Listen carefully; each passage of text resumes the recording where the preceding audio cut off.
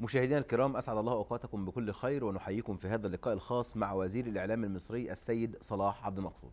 سيادة الوزير، أهلا وسهلا بك في سكاي نيوز عربية. أهلا أستاذ سمير، أهلا وسهلا. بدون مقدمات، من هنا نبدأ. مذيعات مصريات على شاشة التلفزيون المصري وبحجاب إسلامي، برأيك كيف ترى هذا المشهد؟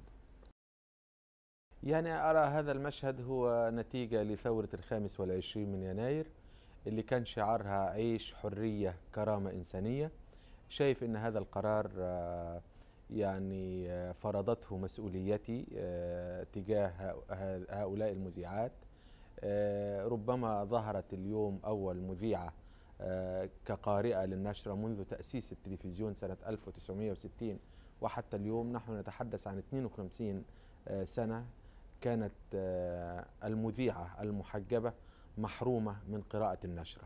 اليوم نحن تنفيذا للدستور والقانون، تنفيذا لمبادئ ثورة 25 يناير، قررت أن تظهر المذيعة المحجبة الأولى التي تقرأ نشرة في التلفزيون المصري، وهي السيدة الأستاذة فاطمة نبيل.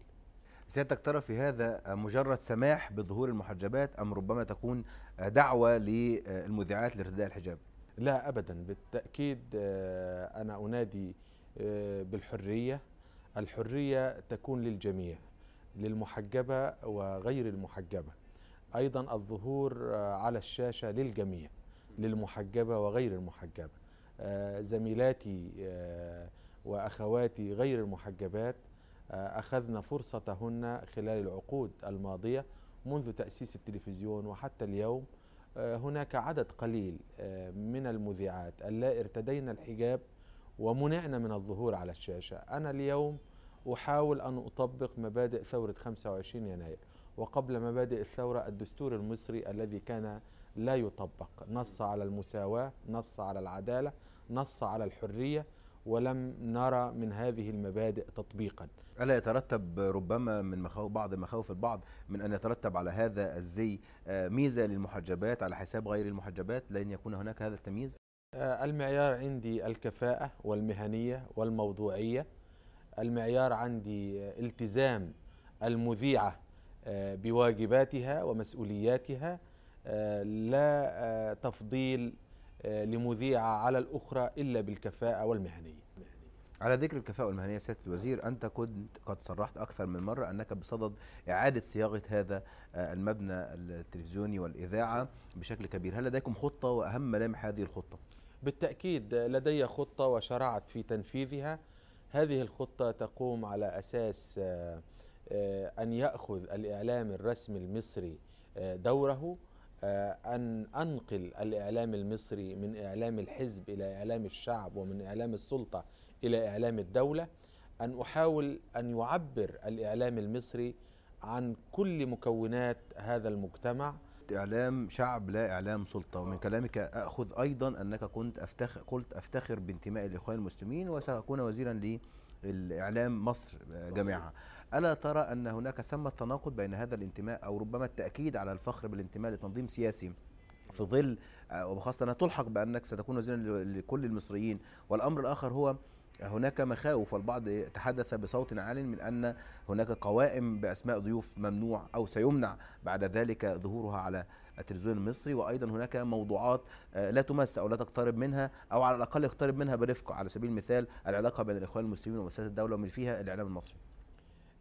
يعني أحب أن أؤكد من جديد أنني أفتخر بانتمائي لتيار الإخوان المسلمين، وأؤكد على هذا الانتماء. أنا لا أخفي شيئا على الإطلاق. أنا أقول لأهلي وشعبي العزيز الذي كلفني بهذه المهمة، أقول لهم أنا الوزير 22 في هذه الوزارة منذ قامت ثورة 1952 وحتى الآن. أنتم جربتم كل الأطياف، هذه هي أول مرة أن تجربوا وزيرا ينتمي إلى تيار الإخوان المسلمين، وزير يدعي أنه سيعمل على خدمة كل المصريين، وزير يدعي أنه سيمثل كل أطياف الشعب المصري، كل تياراته، كل مكوناته في الإذاعة وفي التلفزيون. في التجربة معالي الوزير إشارة من النشيطة نوار النجم أنها قد حقق معها أكثر من مرة اخرها كانت في عهد حضرتك، وانه التحقيق معها، هي موظفه في التلفزيون المصري، والتحقيق معها كان يتخطى حدود الحديث في الوظيفه الى الحديث في معتقداتها وانتماءاتها الفكريه، وبخاصه فيما يتعلق بهجومها على الاخوان المسلمين. وايضا المذيعه هاله فهمي قالت انها قد منع لها برنامج لانها تعرضت لفكره اخوانه الاعلام المصري، وانها في الحلقه المقبله بعد هذه الحلقه تم منعها من دخول الاستوديو. هل في يعني كيف تستقيم هذه الوقائع مع ما تحدث عنه بشان يعني اعطاء الفرصه للجميع؟ طيب دعني أوضح. أولا أنا لم أعلم بواقعة الأخت الأستاذة نوارة نجم، وسأحقق فيها، لكني أؤكد لك أن المعيار هنا هو المهنية والموضوعية والحيادية. لا محاسبة لأحد على فكره، لا تفتيش في ضمائر الناس على الإطلاق، هذا شيء ممنوع تماما. بخصوص الزميلة الأستاذة هالة فهمي، أقول أنها أخطأت، بل أقول أنها غير صادقة فيما ادعته من أن وزير الإعلام منع برنامجها. أنا لم أعلم بهذا الأمر إلا من خلال الصحف. لما حققت في الأمر اكتشفت